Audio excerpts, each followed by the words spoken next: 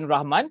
Azuddin, I think Hussam brought up a really interesting keyword there, traceability. And with consumers constantly connected digitally, the demand for information on the products they consume has created an opportunity for traceability using existing technologies, including blockchain. And according to Research and Markets, the global food traceability sector was valued at around $16.8 billion in 2020. And furthermore, the global food traceability sector is projected to reach about $26.1 billion by 2025.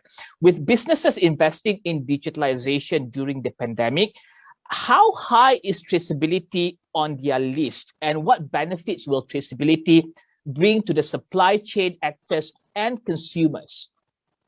Thank you, Rizal. First and foremost, I would like to thank HDC for inviting me for this panel session. It's an honor to be here, similarly to my panel colleagues. Yeah, I would like to start off by echoing what Rizal has mentioned and what Hussam has mentioned and what Paul has mentioned earlier on. I think first and foremost, let's understand what is traceability in the first place, right? Traceability is not basically just tracking the movement of the product, but traceability is basically tracking and understanding products produced right from the purchases of the raw material, logistic moving into the manufacturing side, manufacturing then move into a warehouse to the port and to the customers. If you look at the example of just, let's say, producing a food product, right, which requires vegetable or fruits, for example, it is important for these farmers, and more so for the operation like Malaysia, whereby we have smallholders, right, that they understand what kind of fertilizer they use. That's how it starts, right? What kind of fertilizer they use, how often they use it, right? And what are the residual amount of chemicals that has an impact to the product.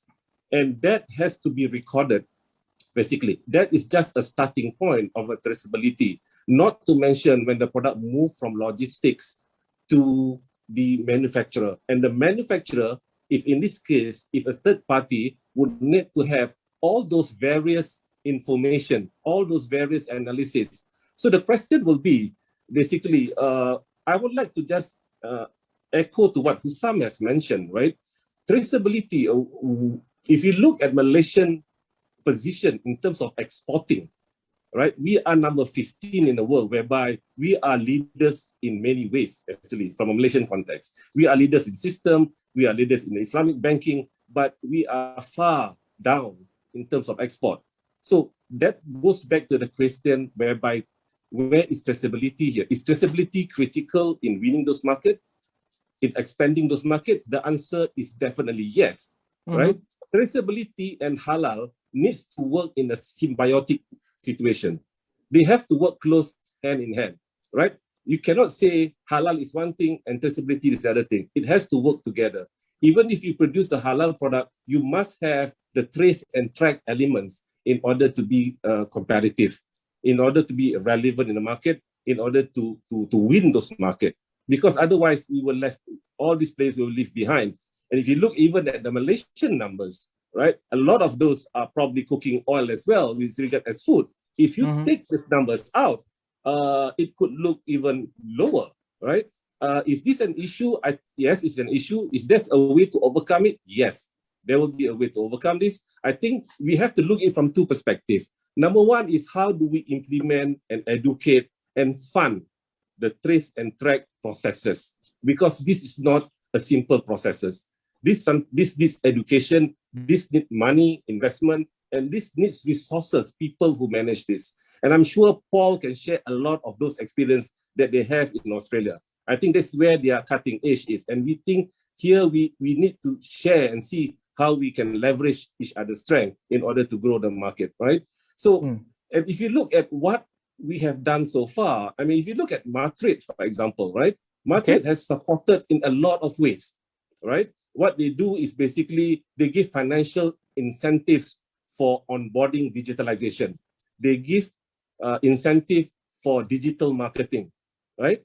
I think that's a good start.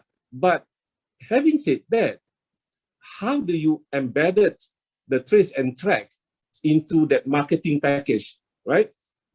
How do you sell this to the market? And if you look at another figures, right, published by HDC anyway, SME accounts to 70% of the total halal produced product in Malaysia. 70% result, right? But if you look into the numbers going for export, it's only 13% derived from the SMEs, right? So they are just trapped, basically. They are just trapped in their local environment because the demand to be like what Australia is doing it, because my panelist Paul is here, you can imagine the investment that they do in system, in tools, right, in monitoring, right?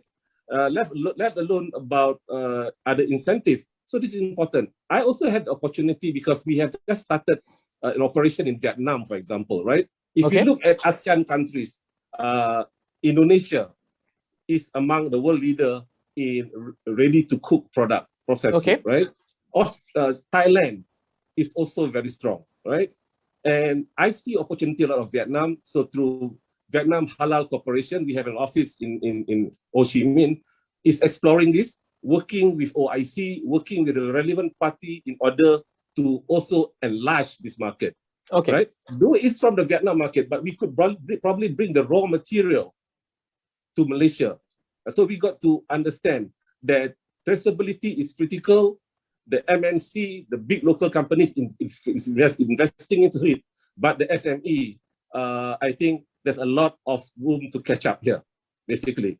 How does it help in the market? It increase the quality, minimize recall, cash flow management, improve customer service result. Thank you. On that note, thank you very much. Azuddin, we have 2 more rounds of Q&As with the panelists, and then we will take questions from the participants. Please post your questions in the Q&A box, and we will address them at the end of this session.